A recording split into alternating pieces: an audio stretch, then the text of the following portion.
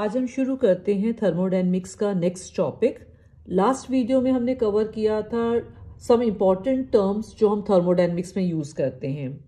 आज हम पढ़ेंगे कुछ different types of energies. First इसमें आता है internal energy,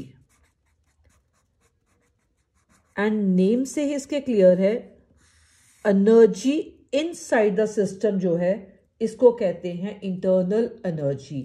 The energy inside the system is known as internal energy inside the system।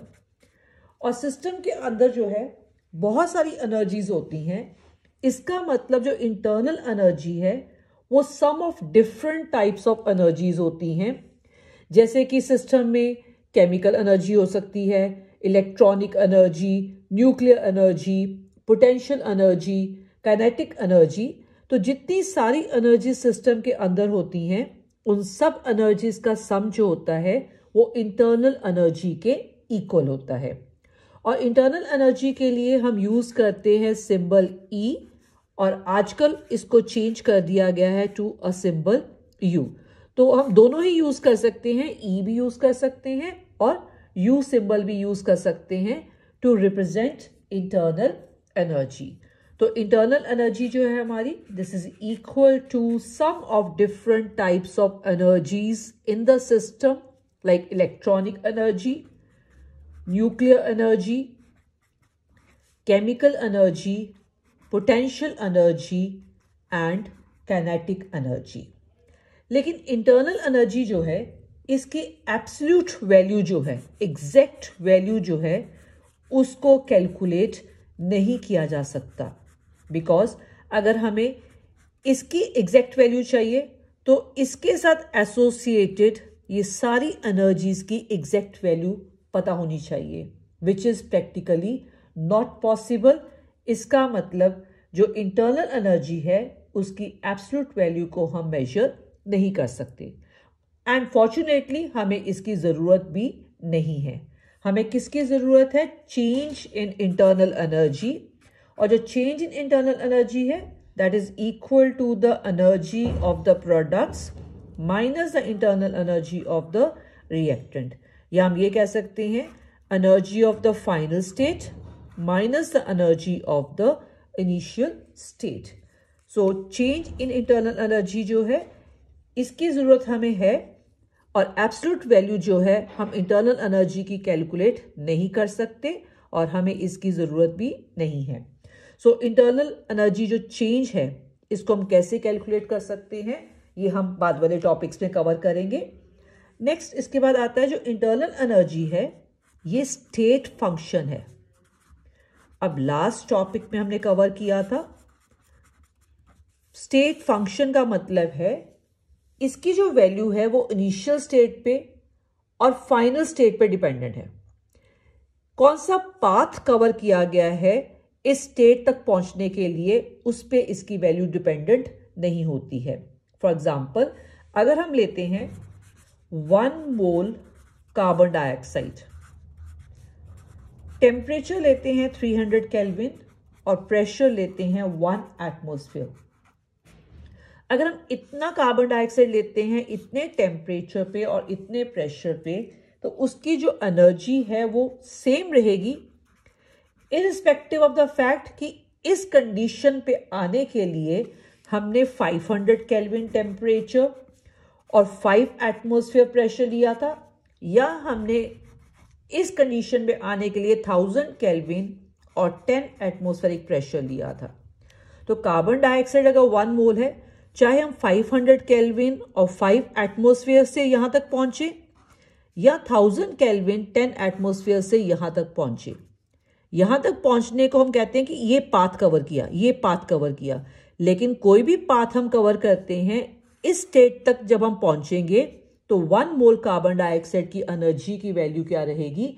Same रहेगी। दैट मीन्स इसकी जो वैल्यू है एनर्जी की वो पाथ कवर्ड पे डिपेंडेंट नहीं है, वो इनिशियल स्टेट और फाइनल स्टेट पे डिपेंडेंट है। That means internal energy is a state function. Next is sign of delta U. अब डेल्टा यू जो हमने पढ़ा है that is equal to the energy of the products minus energy of the reactant और energy of final state minus energy of initial state है। अगर product की energy हम लेते हैं ग्रेटर देन रिएक्टेंट है, प्रोडक्ट की एनर्जी ग्रेटर देन रिएक्टेंट तब हो सकती है अगर हम रिएक्टेंट में कोई एनर्जी ऐड करें। रिएक्टेंट में कोई एनर्जी ऐड करेंगे तो प्रोडक्ट्स की एनर्जी जो है वो रिएक्टेंट से क्या होगी, ज्यादा। एडिंग ऑफ एनर्जी का मतलब क्या है, energy is absorbed, energy is absorbed. अगर प्रोडक्ट की एनर्जी ज्यादा मीन्स प्रोडक्ट की एनर्जी 100 है, रिएक्टेंट की कम है मीन्स 80, तो हमारे पास साइन क्या आएगा, प्लस। तो डेल्टा यू अगर पॉजिटिव है इसका मतलब एनर्जी क्या हो रही है, यहां पे एब्सॉर्ब हो रही है। Now if we take the second condition that is product energy is less than reactant. Now it is very clear, product की एनर्जी तब कम होएगी अगर हम रिएक्टेंट्स में कुछ एनर्जी को रिमूव करेंगे, means energy is evolve out. अब now delta you is equal to product की एनर्जी कम है मींस 80, रिएक्टेंट की एनर्जी ज्यादा है, let's say it's 100। Now the sign will be minus, this means जब डेल्टा यू का साइन नेगेटिव आता है तो एनर्जी क्या होती है, इवॉल्व होती है। तो डेल्टा यू का साइन पॉजिटिव भी हो सकता है और नेगेटिव भी। Positive means energy is absorbed and negative means energy is evolved. Now after this there are two important points that we should know about internal energy, and these 2 points are 2 important points about internal energy. One is internal energy is an extensive property. Extensive property हमने last topic में cover किया था। Extensive property means that depends upon the quantity of matter, that depends on the quantity of matter and not on the type of the matter. तो यहाँ पे अगर हमारे पास कम quantity है तो उसकी इंटरनल एनर्जी भी कम होगी, अगर क्वांटिटी ज्यादा है तो उसकी इंटरनल एनर्जी भी क्या होगी, ज्यादा होगी। This means internal energy is an extensive property. Second is internal energy depends on temperature. अगर टेम्परेचर प्रोसेस का सिस्टम का ज्यादा है तो उसकी इंटरनल एनर्जी भी ज्यादा होगी, अगर टेम्परेचर कम है तो इंटरनल एनर्जी भी उसकी क्या होगी, कम। और अगर टेम्परेचर पे कोई चेंज नहीं आ रहा है, if temperature is not changing means system is isothermal.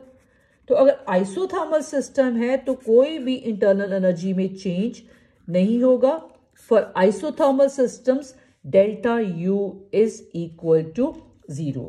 So these are the 2 points about internal energy. तो आज हम कवर करते हैं इंटरनल एनर्जी। नेक्स्ट टॉपिक्स जो होंगे उसमें हम कवर करेंगे वर्क एंड हीट को कवर करेंगे। So this is all for today. Next video में मिलते हैं।